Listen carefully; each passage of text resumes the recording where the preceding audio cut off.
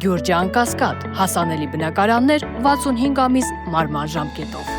Բարև ձեզ, այսօր Փաստինֆոյի հյուրը Իրանագետ, Երևանի Պետական Համալսարանի Իրանագիտության ամբիոնի դասախոս Գարիկ Միսակյանն է։ Բարև ձեզ, պարոն Միսակյան։ Բարև ձեզ։ Շնորհակալ եմ հրավերն ընդունելու համար։ Շնորհակալություն հրավիրելու համար։ Պարոն Միսակյան, վերջին շրջանում Իրանի շուրջ լուրջ զարգացումներ էին տեղի ունենում։ Իսրայելը նախահարձակ այսպես գործողություններ է սկսել Իրանի նկատմամբ։ Վերջին օրերին անգամ Իսրայելը եւ ԱՄՆ-ն թիրախավորեցին Իրանի միջուկային օբյեկտները, դրան հետևեցին 3 արդեն Իրանի հարվածները ամերիկյան ռազմաբազային Քատարում։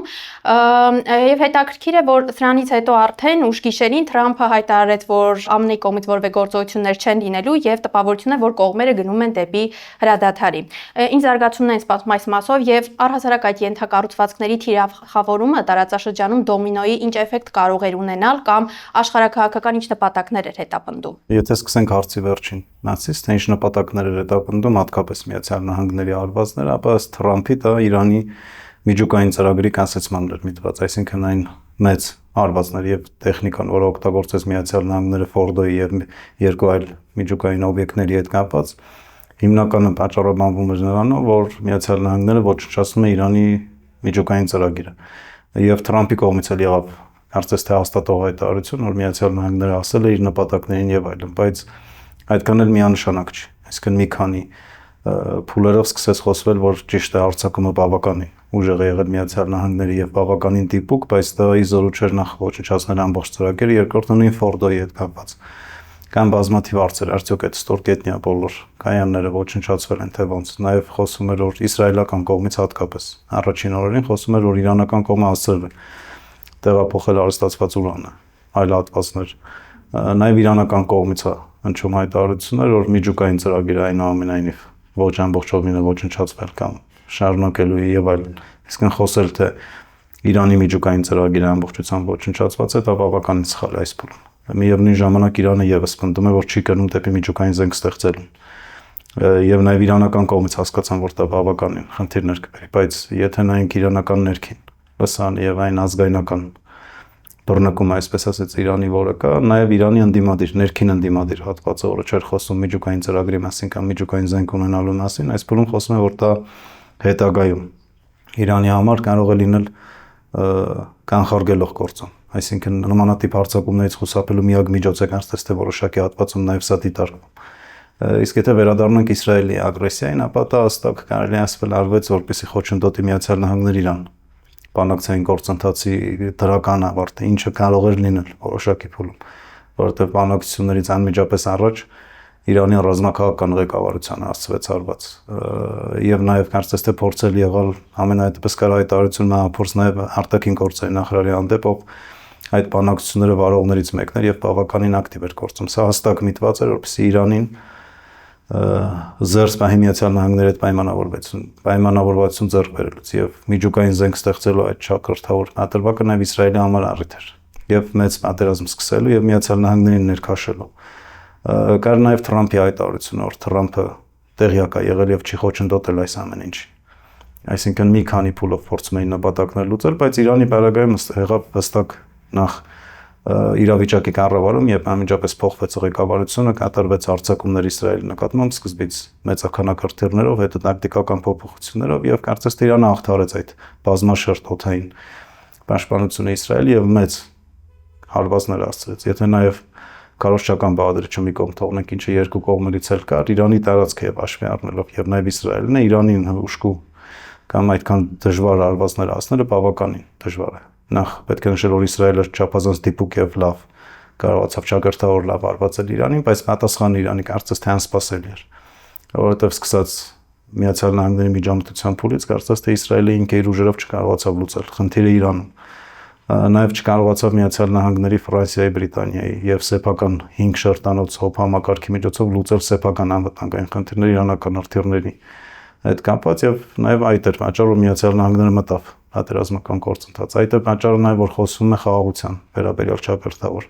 այսինքն դադարեն միմյանց ըրտիրակոծել, այսինքն նաև Իրանը չնահանջեց եւ կարողացավ իր դիրքերը պահել այնքան, որպեսզի իր հետ հաշվի նստեն։ Կարծես թե պատերազմող բոլոր կողմերը։ Պարոն Միսակյան, տեսեք իրանական կողմից կարծեք թե հայտարարել են, որ այսինքն ժամանակ են տվել Իսրայելին, եթե որևէ գործողություններ չիրականացվեն,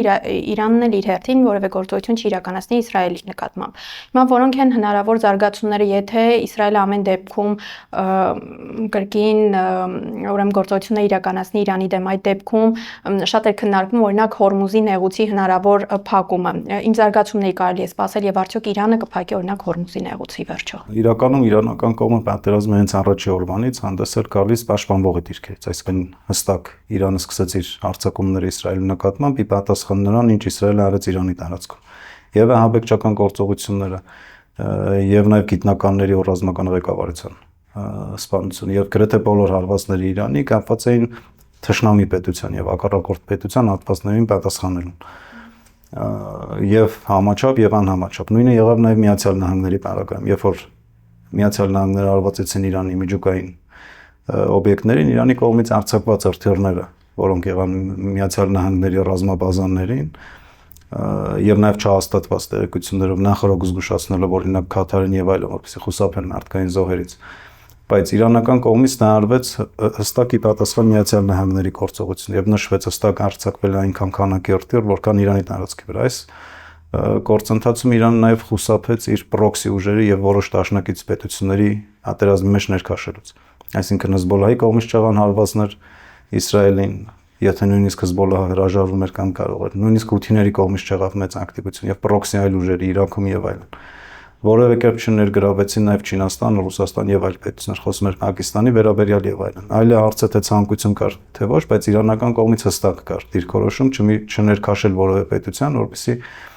նախ չվերածվի սա մեծ եւ լայնամասշտաբ պատերազմի Իրանի տարածքում, նաեւ չվերածվի այսպես կոչված ճակերտավոր ուկրաինական սցենարի Միացյալ Նահանգների համար, երբ որ Միացյալ Նահանգները ներքաշվում են կամ Իսրայելը պատերազմի մեջ։ Իրանական կողմը նաեւ ցանկացավ ցույց տալ, որ սեփական ուժերով կարող է խնդիրներ լուծել։ Եվ նաև այս սրա համար համաչափ պատասխաններ օգտագործում։ Իրանական կողմից եղավ հայտարարություն, եթե Միացյալ Նահանգները փորձեն անմիջապես ներգրավել պատերազմի մեջ, չնայած որ ներգրաված է, եթե խոսենք բացայտ, ապա օդային ամենայնպես հաջողություն Իսրայելին կար, ապա կփակվի նաև Հորմուզի նեղուցը մեծ տնտեսական խնդիրներ եւ այլն։ Եվ դրա վտանգները մենք տեսանք օրինակ Թրամփի մշտական գրառումներով, որ լինում էին նավթի կների հետ կապված Հորմուզի նեղուցի եւ այլն։ Նաև այն արձակումը, որ եղավ Պարսից ծոցի պետությունների վրա, որոնք համարվում են տնտեսական ինչ-որ մեծ զարգացում ապրած եւ խաղաղ պետություններ, իրանական պետությունը ցույց տվեց, եթե տարածաշրջանում Իրանի հանդեպ ոչ համաչափ ագրեսիա են կիրառում, իսկ Միացյալ Նահանգների մուտքը անմիջականորեն պատերազմ, անհամաչափ արձակում է լինելու Իրանի վրա, Իրանը կարող է տարածաշրջանային այդ թվացial խաղաղությունը Պարսից ծոցի վերածել բավականին մեծ խառնաշփոթի ճակերտարը, որովհետև տեսանք եւ օդային տարածքի փակման արդյունքում մի քանի միլիոն ուղևորների դադար եւ նաեւ տնտեսական այն մեծ վնասներ, որը գալիս էր, եւ դա եւ Իրանին կարող է որոշակի տնտեսական վնասներ հասնել եւ նաեւ գրեթե բոլոր համաշխարհային խաղացողներին եւ արևմտյան խաղացողներին եւ արևելյան խաղացողներին։ Դրա համար իրանական կողմից Հորմուզի նեղուցի փակելու գործընթացը օգտագործվում է որպես վերջին խաղաթղթերից մեկ, նաև սեփական պրոքսի ուժերի ներգրավում այս պատերազմին։ Պարոն Միսակյան, այսինքն կարող ենք արձանագրել, որ Իրանը միայնակ կարողացավ կանխել Մերձավոր Արևելքում այսպես լայնամասշտաբ խոշոր պատերազմը եւ անգամ, ինչպես դուք նշեցիք, հնարավոր ուկրաինական սցենարի կրկնությունը։ Ամենայն դեպս կարող ենք հստակ նշել, որ այս փուլում իրանական կողմը չնայած կրած մեծ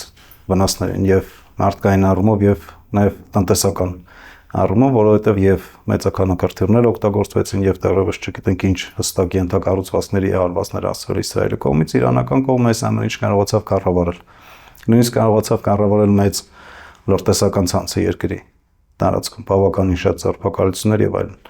Եվ նաև պատերազմ է տանել ամենայն դեպս այս փուլում իր համար ցանկալի սցենարներ։ Հետագա զարգացումների վերաբերյալ նախատեսումները բավականին դժվար է անել, որովհետև նախ իսրայելական կողմը ցույց տվեց, որ ինքը որևէ սկզբունքային նաև բանակցային գործընթացների չի գնում եւ ցանկացած պահի կարող է Իրանի ամենաբարձրաստիճան ղեկավարության, նույնիսկ գիտնականներին, որոնց սպանությունները եղավ քաղաքացիական անձնաշրջանում բավականին շատ զոհեր տվեց Իրանը ցույց տվեց այս ամեն ինչը, որ մշտական պայմանավորվածություններ այս երկու պետությունների հարաբերություններում չի կարող լինել։ Միացյալ Նահանգները չկարողացան այս բանակցային գործընթացը իրականն ավարտին հասցնել։ Ինչքան էլ որ Թրամփը նշում է, որ ինքը խաղաղություն բերեց վերջին թվիթներով կամ նմանատիպ մի բան, իրականում ինքը չկարողացավ կառավարել բանակցային գործընթացը, որովհետև իրանական կողմը գնում էր բանակցությունների։ Ճիշտ է, չէր համաձայնում փակել հատմիջուկային ծրագիրը, բայց իրականում թույլ էր տալիս վերահսկողության մեխանիզմներ, ՄԱԳԱՏԵ-ին եւ այլն։ Նույն ՄԱԳԱՏԵ-ի հայտարարությունները բավականին ոչ միանշանակ էին Իրանի դեմ, նաև ոչ արդարացիչ ակրտար որոշ պարագաներում Իրանի դեմ, սա ցույց է տալիս, որ խոսել վերջնականով որևէ զարգացում այս հակամարտությունը չի ունենալու, բավականին բարդ է, բայց նաև կարելի է ֆիքսել, որ այս փուլում ամենայն դեպս կարող է որոշակի այսպես կոչված զինադադարի մասին խոսք գնալ, որովհետև իրանական կողմից էլ նշում է, որ եթե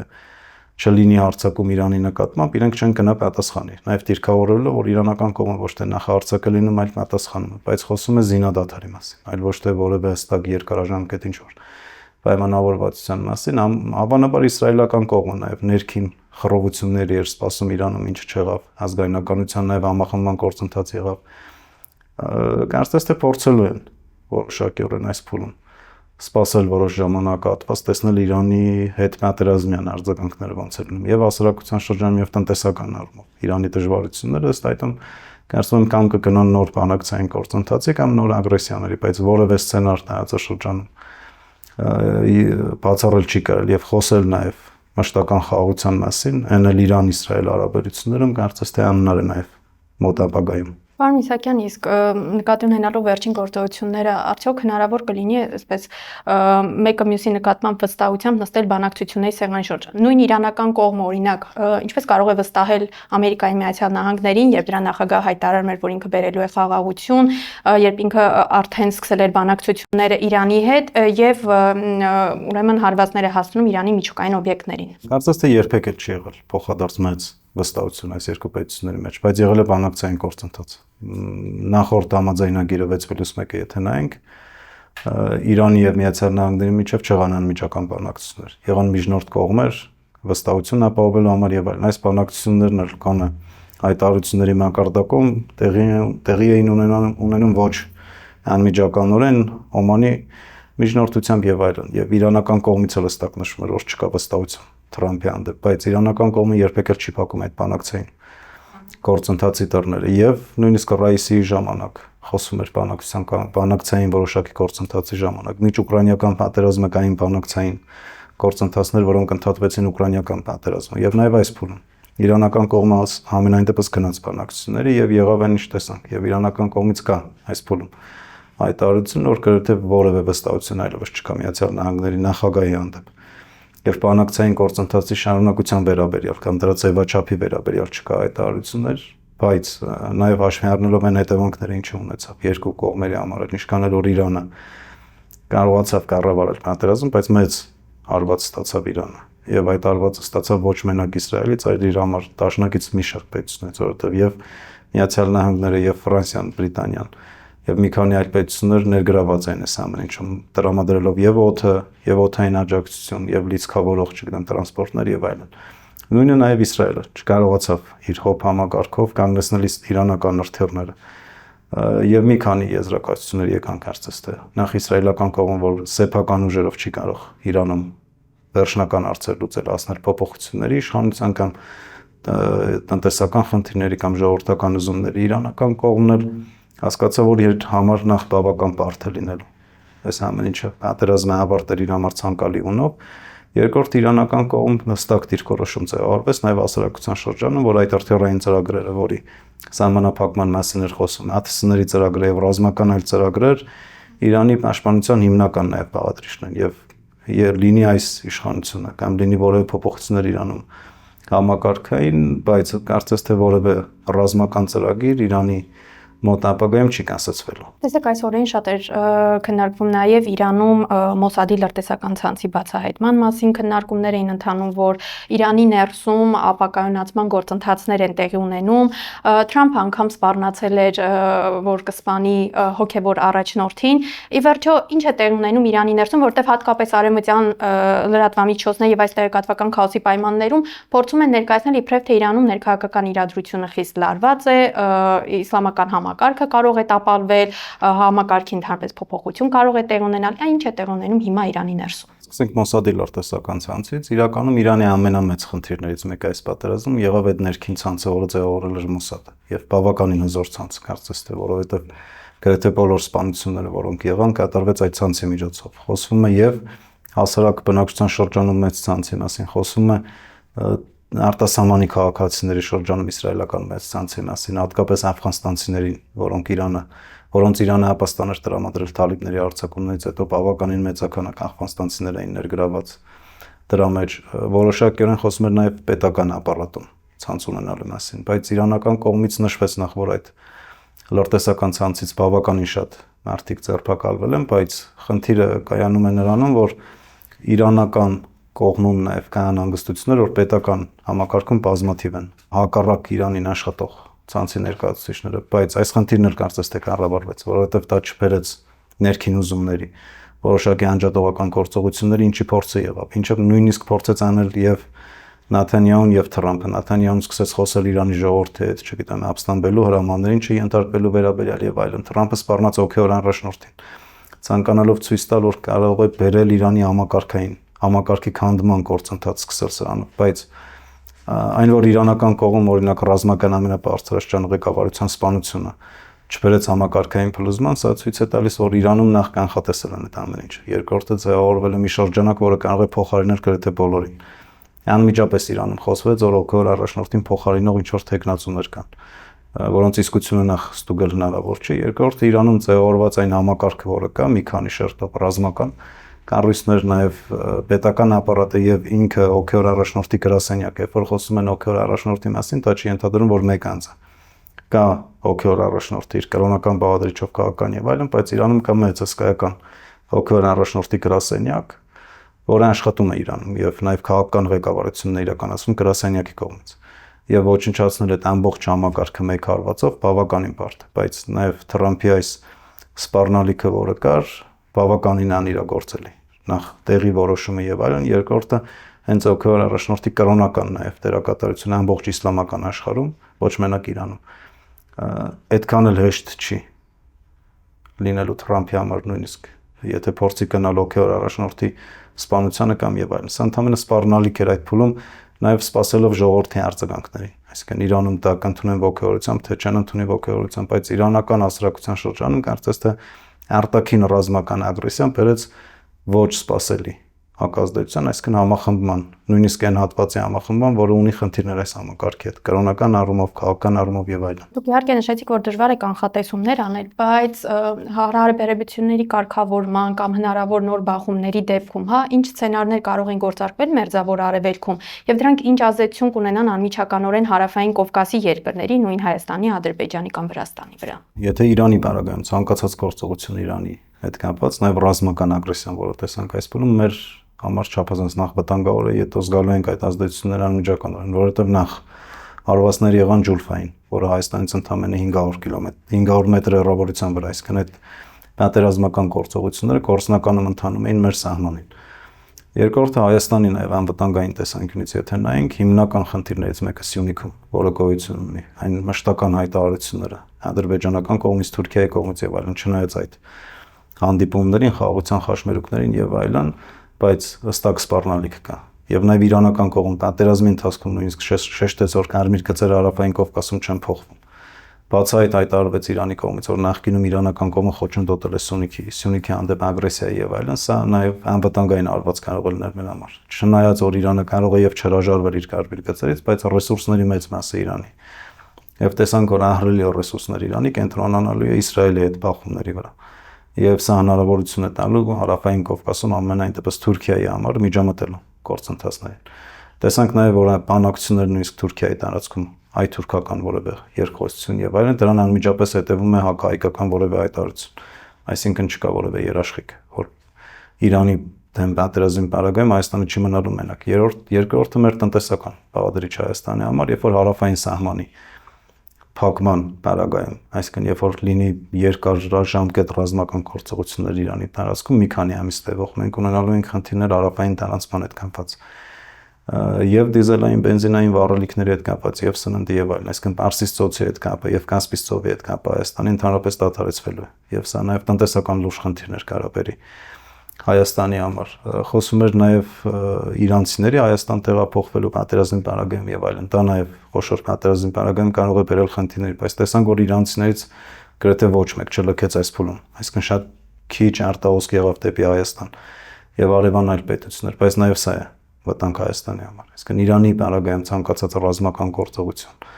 բերելու է մի քանի շերտով վտանգների Հայաստանի համար, ինչին նաև Հայաստանը կարելի ասել պետք է սկսի պատրաստվել։ Պարոն Իսահակյան, իրանական կողմից հնչել են հայտարարություններ, որ այս օրերին իրենք հետևում են, թե որ երկրները ինչ արձագանք են տալիս Իրանի նկատմամբ Իսրայելի ուրեմն գործողություններին։ Հարց է առաջանում, հիմա օրինակ, երբ կողմերը դադարեցնեն միմյանց նկատմամբ հարձակումները, Իրանին օրինակ Հայաստանի դիրքորոշումը կբավարարի կամ ինչպես կզարգանան Իրան-Ադրբեջան հարաբերությունները, եթե նկատի ունենանք, որ օրինակ Իսրայելի հետ Ադրբեջանը ունի սերտ բարեկամական հարաբերություններ, որոնք վերջին տարիներին այլ ավելի են զարգացել ու խորացել։ Նախ եթե դադարեցվեն ռազմական գործողությունները եւ այն վնասների հաշվարկը նաեւ գնահատումը տեղի ունենա, իրանական կողմը նախ կարծում եմ փորձելու էր տնտեսական խնդիրներ լուծել եւ ռազմականը եւ հարևան պետությունների հետ փորձելու է որևէ խնդիր չունենալ, բայց հստակ նաև արձանագրված է իրանական կողմում եւ մինչեւ այս պատերազմը Իրանը այդքան էլ մեծ ցանկությամբ չէր համագործակցում ադրբեջանական հանրապետության հետ, ընդհակառակը ամեն կերպ փորձում էր Հայաստանի հետ ակտիվացնել հարաբերությունները, բայց կա մի քանի խնդիրներ, այսինքն եւ պատժամիջոցների եթե դրանք օրինակ սաստկացված շրջանցման խնդիրը կա, իսկ Թուրքիան գրեթե անփոխարինելի պետություններից մեկն է այս գործընթացում։ Հայաստանը չկարողացավ փոխարինել որևէ կերպ Իրանի պատժամիջոցների շրջանցման գործում, նաև Միացյալ Էմիրությունները եւ այլն, այսինքն Իրանը չի գնալու առերևույթ սրման հարաբերությունների հարևան պետությունների հետ, հատկապես Թուրքիայի հետ, իսկ ադրբեջանական հանրապետությունը կարծես թե Թուրքիայի հովանավորության տակ է ամբողջությամբ, նաև Ադրբեջանի հետ առերևույթ որևէ լարվածության չի գնալու, բայց իրանական սոցցանցերում եւ հասարակական տիրույթում նաև այն մարդկանց շրջանում, որոնք այդքան էլ չէին հետաքրքրվում քաղաքականությամբ նախկինում, կա հստակ բացասական վերաբերմունք հատկապես ադրբեջանական հանրապետության նկատմամբ, որովհետև եղան բազմաթիվ գրառումներ եւ հայտարարություններ Ադրբեջանից ինչ որ ներթափանցումների հատուցների եւ այլն։ Ճիշտ է, որևէ հայտարարություն չհաստատվեց եւ Իրանից չեղավ պաշտոնական հայտարարություն, բայց սա հստակ թողելու է իր հետքը։ Նաև Իրանի քաղաքականություն որոշողների շրջանակներում, այն ազգայնական հատվածի շրջանակներում, նաև վերլուծական եւ քաղաքական գործիչների, որոնք այս փուլում ամրապնդեցին իրենց դիրքերը։ Եվ չեմ կարծում, որ սպասելի է Իրան-Ադրբեջան հարաբերությունների որևէ մերձեցում, եթե չլինի հստակ սրացում։ Այսինքն նաև սա հնարավորություն կարող է ստեղծել Հայաստանի համար որոշակիորեն, եթե վերջնականապես դադարեցվեն ռազմական գործողությունները, տնտեսական առումով նաև Իրանի հետ աշխատելու հավելյալ դռներ կբացվեն, կարծում եմ նաև Հայաստանի համար։ Եվ վերջում պարոն Իսահակյան, հիմա շատ են քննարկումներն ու կարծիքները առ այն, որ Մերձավոր Արևելքում ու Հարավային Կովկասում ձևավորվում է անվտանգային նոր ճարտարապետություն, ովքեր որ երկրները կամ որ ուժերն են դրա ճարտարապետները եւ Հայաստան օրինակ ինչ հնարավորություններ ունի նոր ձևավորվող այդ համակարգում։ Իրականում բավականին բարդ է ասել, որ ուժերն են, բայց ամենայն դեպս Հարավային Կովկասում ներկա տարածաշրջանային 3 խոշոր պետությունները՝ Թուրքիան, Իրանը եւ Ռուսաստանը եւ արևմտյան պետությունները, Միացյալ Նահանգները, որոնք տարածաշրջանում այդ ճարտարապետության ձևավորողներն են, տեսանք, որ Իրանի շուրջ նաեւ եկան բավականին լուրջ բախման եւ նաեւ խաղաղության հաստատման։ Մի քանի խնդիրներ սա կամ մի քանի եզրակացություններ կարող է գալ Հայաստան, նախ որևէ բանակցային գործընթաց չի ենթադրում, որ լինելու է խաղաղություն, այսինքն իրանական կողմը փաստացի բանակցում էր Միացյալ Նահանգների հետ եւ փաստացի ընդունել էր մեծ մասը առաջարկների, բայց եղավ արձակում եւ իրանական կողմը կարողացավ դրան դիմակայել միայն այն պատճառով, որ նախկինում մի քանի տարվա տասնամյակի ճնշումների տարագայում կարողացել էր ստեղծել արդյունային ուժ, ռազմական ուժ, որը կարողացավ այս ամեն ինչին դիմակայել։ Հակառակ պայմանում Իրանում բավականին մեծ խնդիրներ էին լինելու։ Երկրորդը ցույց տվեց, որ ցանկացած տեսանելի խաղաղության գործընթաց տարածաշրջանում իրականանալի չի, եթե չկա ռազմական բաղադրիչ կամ պետության ուժ թիկունքում եւ նաեւ դաշնակիցներ, որովհետև նաև Իրանի խնդիրներից մեկի հիմնականը դաշնակից պետությունների բացակայությունն է, իսկ Հայաստանի դաշնակից պետությունները, մեկը Ռուսաստանը, խնդիրներ ունի այս փուլում Հայաստանի հետ, չունեն արևմտյան հստակ դաշնակից, ինչքան որ խոսում է Եվրամիություն գնալու վերաբերյալ Ամերիկա եւ այլն, բայց փաստը ցույց է տալիս, որ Միացյալ Նահանգները նախ ունեն այլ խնդիրներ լուծելու, Եվրոպան, եթե մեծ գլոբալ, նույնիսկ մերձավոր արևելյան խնդիրներն նայենք, այդքան էլ մեծ հարցեր չի լուծում։ Եվ Թրամփին օրինակ չկարողացան համոզել, որպեսզի չբանակցի Ռուսաստանի հետ, նաև չկարողացան համոզել, որպեսզի Իրանի հետ որևէ կերպ բանակցի կամ չբանակցի, այսինքն գրեթե հաշվի չեն առնում։ Եվ մյուս բաղադրիչը, եթե մեր միակ դաշնակից պետությունը այս փուլում Իրանը ունենա խնդիրներ, Հայաստանը ինքը ռազմական եւ անվտանգային առումով ունենալու է խնդիրներ, այսինքն այստեղ մի քանի խնդիրներ կա, որ Հայաստանը պետք է փորձի լուծել այս փուլում։ Շատ լավ, շնորհակալ եմ հարցազրույցի համար։ Այսօր իմ հյուրը Իրանագետ Երևանի Պետական Համալսարանի Իրանագիտության ամբիոնի դասախոս Գարիկ Միսակյանն էր։ Փաստինֆոյի հաղորդումներին արագ հասանելիություն ունենալու համար կարող եք բաժանորդագրվել YouTube-յան մեր ալիքին։ Հաղթանակներ եւ անվտանգություն մեր երկրին, մինչ նոր հանդիպում։